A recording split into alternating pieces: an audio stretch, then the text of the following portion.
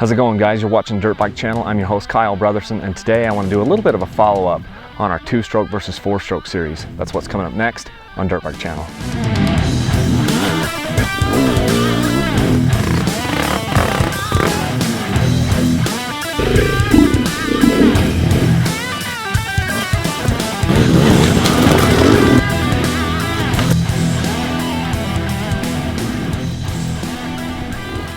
So about a year ago, I did a series, a six-part series on two-stroke versus four-stroke for enduro riding.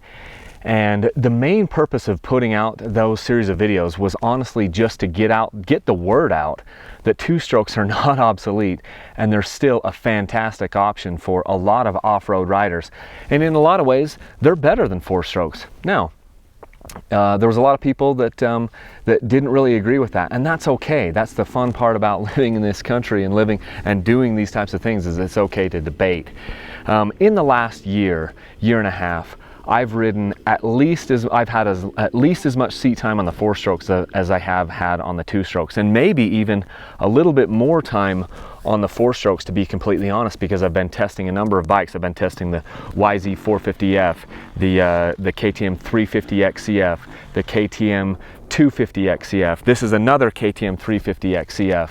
And then there's been a Yamaha YZ250FX. I mean, there's just been a whole host of bikes, and the only two-stroke I've been riding is this KTM 300XC in the last year. And you know, it's really helped me to understand that there really is no wrong answer to this. Now, I am partial to the two strokes. The two strokes are just funner for me to ride. But the four strokes, there's a ton of virtues to having a four stroke, having and riding a four stroke. And I kind of think that the best option of all is if you can do both. This is expensive. This hobby is expensive, so I understand a lot of people are only going to be able to have one bike, and that bike might be 4, 5, 6, 10 years old, and that's okay. The point is that you're getting out there and you're riding and you're enjoying it. For me, if I'm just going to have one bike, it's really easy for me. It's going to be a KTM 300 or a Beta 300 or a Gas 300. The 300 two strokes are just very, very versatile and very phenomenal in a lot of different areas. But you know, these four strokes are really, really phenomenal as well, and I've gotten to really love riding them too. And probably getting tired of hearing me say this, but this mofo is good.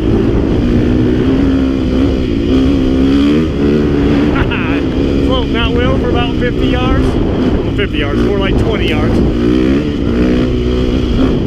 But if I had to describe what the difference is between riding a four-stroke and riding a two-stroke, it's almost like the two-stroke is the guy with, you know, in a t-shirt and shorts with his hair on fire, and he's just loving it. Whereas the four-stroke is more like, you know, the guy in the suit that's ready for all business.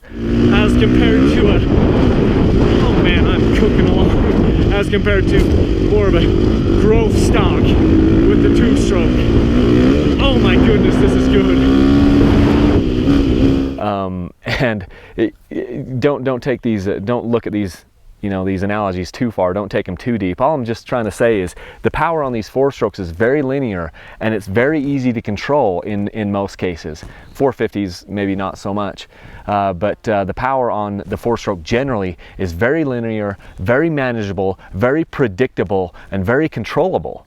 Whereas the power on a two stroke a lot of times is living on the ragged edge.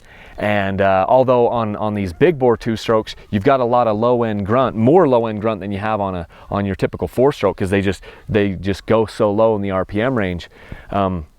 But yeah, the power on the two strokes, it is just a little bit more in your face, a little bit more instant, and just a ton of fun. And so I've really enjoyed riding the two different platforms, a lot of different platforms, and just loving the nuances of it. And nuances really is a good way to kind of describe the different bikes.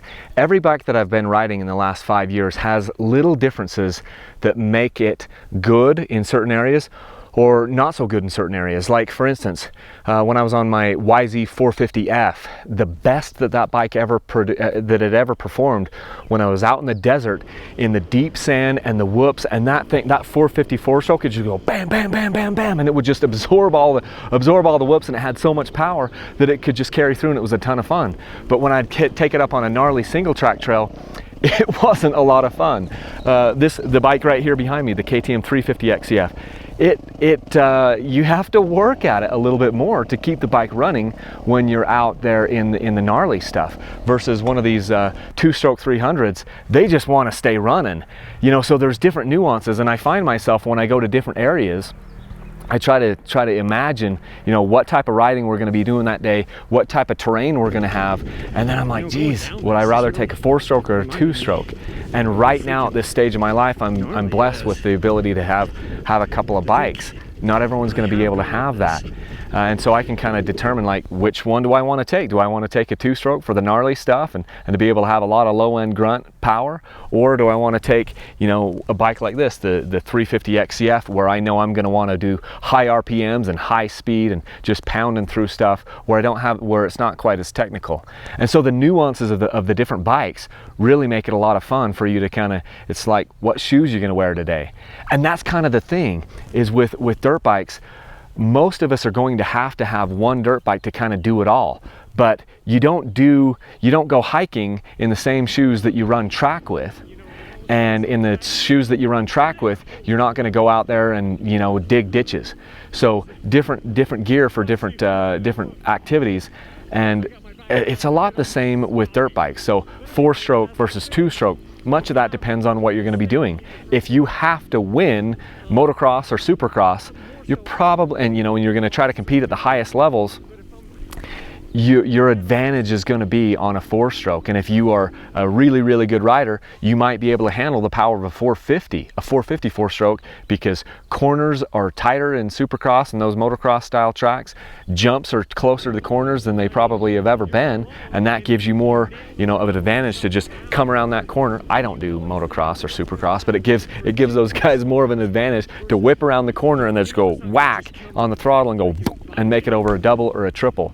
The 2-stroke power comes on a little bit differently, and you can still do all the same things. So a 2-stroke can still do all the same things that a 4-stroke can do, and a 4-stroke can do all the things a 2-stroke can do. It's just that some, you know, one of those bikes will do those things a little bit differently, and you know, depending on your riding style and depending on what you want, one of the two is going to be better for you. For a lot of off-road riders, the 2-stroke is it. You know, if you look at Erzberg, the toughest, hardest enduro races in the world, Romaniacs in Romania and Erzberg in Austria, you look at the podiums and it's all 300 2-strokes, you know, versus you come to America and you look at the podiums on motocross and supercross, there's not even a single two-stroke in the races. Everyone's running 4-stroke, so a lot of this depends on what you want to do with it. There is no wrong answer. 4-stroke, 2-stroke, they're both amazing. And you just got to figure out which one makes you smile more and which one is more fun to you. You know, and that's really what it comes down to, is if you think 4-stroke is funner because you're more comfortable with it, then by all means, go that way. A lot of us out there though, we have a little bit more fun on the 2-stroke with that on the edge, crazy, you know, psychopath power that just comes on when these 2-strokes get on the pipe. So it's a lot of fun. There's no right or wrong answer. It's just a fun debate, guys. It's a lot of fun to have. If you want to help support Dirt Bike Channel, you can do so by going over to dirtbikechannel.com/parts. And I have a couple of affiliate links there.